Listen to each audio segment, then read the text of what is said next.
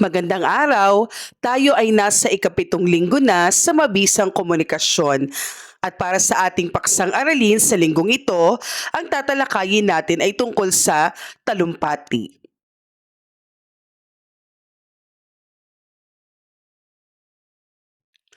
Ang talumpati ay isang formal na pagpapahayag ng isang kaisipan, ideya o pananaw sa harap ng isang grupo ng mga tagapakinig sa pamamagitan ng mabisang paggamit ng wika.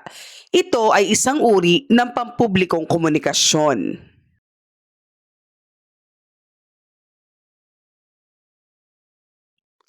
Nagbibigay ng impormasyon. Layunin ng talumpati na magbahagi ng kaalaman, magpaliwanag ng bagong konsepto o magbigay ng malinaw na detalye tungkol sa isang paksa. Halimbawa, pagsasalaysay ng kasaysayan, pag-uulat ng takbo ng negosyo o pagpapaliwanag ng isang siyentipikong phenomenon.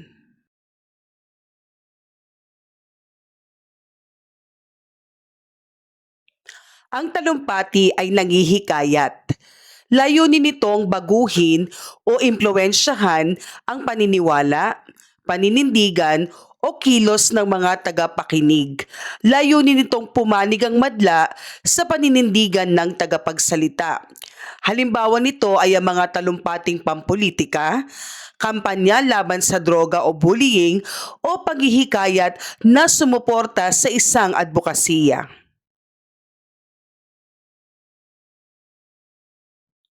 Ang talumpati ay nagbibigay aliw.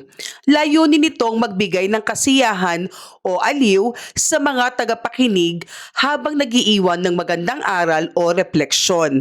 Halimbawa, talumpati sa salo-salo, well wishes sa mga pagtitipon o stand-up comedy na may malalim na mensahe. Ang talumpati ay nagbibigay pugay o papuri. Layunin nitong magbigay parangal sa isang tao, tagumpay o okasyon. Halimbawa ay ang valedictory address sa pagtatapos, eulogy para sa isang yumao o talumpati sa pagbibigay ng parangal. Yung tinatawag nating award acceptance speech. Talakayin naman natin ang katangian ng nagtatalumpati. Una, dapat meron siyang tiwala sa sarili.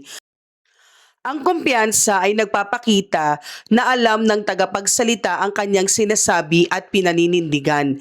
Naibsan nito ang kaba o takot sa entablado o yung tinatawag na stage fright. Malalaman natin kapag may tiwala sa sarili ang isang nagsasalita, kapag maayos ang kanyang paghinga at maganda ang kanyang tikas. Ikalawang katangian ay ang malinaw at pastong pagbigkas.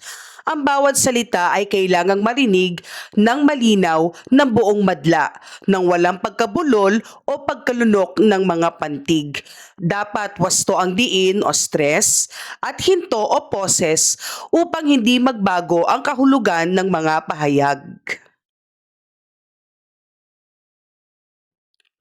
Ikatlo, kaangkupan ng tinig. Nariyan ang lakas o volume. Naaangkop sa laki ng silid o dami ng tagapakinig. Dapat hindi sumisigaw, ngunit sapat upang marinig ng huli. Bilis o pace, hindi nagmamadali. May tamang bagal sa paglalahad ng mahalagang punto at may katamtamang bilis sa paglalarawan. At panghuli ay ang tono o tone. Ito ay nagbabago ayon sa emosyon. May seryoso, masaya, nagagalit o nagbibigay diin na tono. Ang isang nagtatalumpati dapat mayroon siyang mayamang kasanayan sa di-verbal na komunikasyon, tulad na lamang ng eye contact. Susi ito upang madama ng bawat nakikinig na sila ay personal na kinakausap. Kaugnay pa rin ng ikaapat na katangian, nariyan ang kilos ng katawan at ekspresyon ng mukha. Ang mga kamay, Galaw ng ulo at ekspresyon ng muka ay dapat sumasalamin sa sinasabi ng labi. Ang labis na paggalaw o pagiging estatwa naman ay nakagagambala.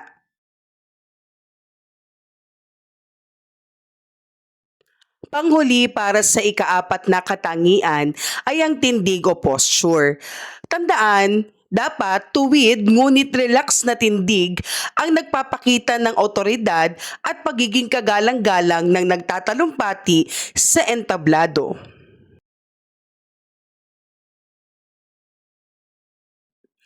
Ikalima, dapat ang isang nagtatalumpati ay may malalim na kaalaman sa paksa.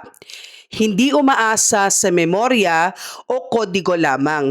Nauunawaan niya ng lubos ang kanyang tatalakayin kaya't madali niyang naipaliliwanag kahit may mga biglang kaganapan o tanong.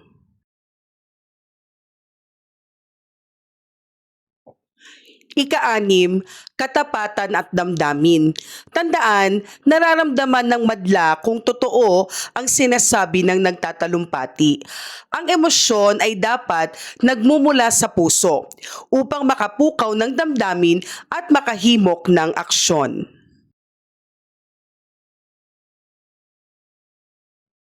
Panghuling katangian, dapat ang isang nagtatalumpati ay may pagpapahalaga sa tagapakinig.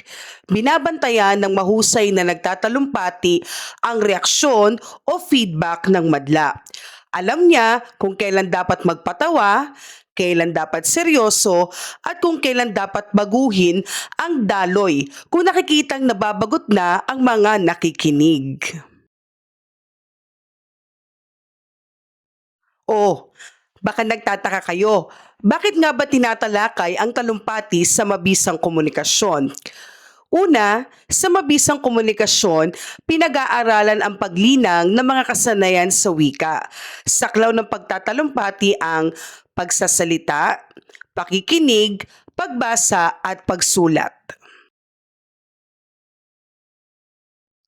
Ang talumpati ay nagsasanay sa atin kung paano baguhin ang pananaw o pukawin ng damdamin ng nakararami sa pamamagitan ng lohikal na paghahanay ng mga kaisipan. Sa pamamagitan ng talumpati, nahasa ang isang individual na iugnay ang kanyang pisikal na presensya sa kanyang mensahe upang maiwasan ang mga hadlang o barriers sa komunikasyon.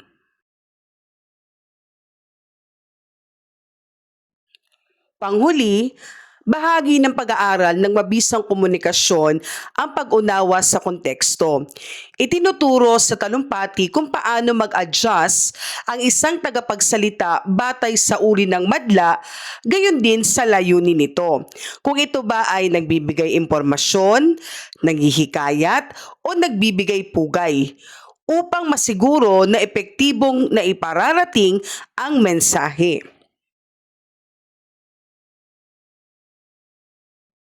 Maraming salamat sa pakikinig hanggang sa susunod na aralin.